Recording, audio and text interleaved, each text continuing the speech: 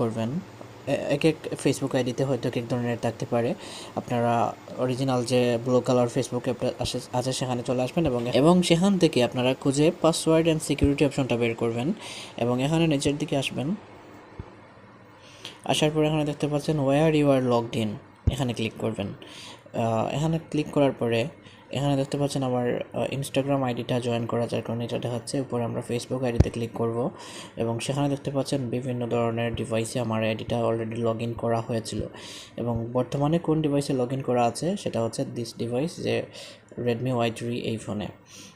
তো সেই ক্ষেত্রে এখানে আদার্স লগ ইনের উপরে যদি আপনার 2-3টা ফোনের নাম দেওয়া থাকে তাহলে বুঝবেন ওই ফোনগুলোতে লগ ইন করা আছে।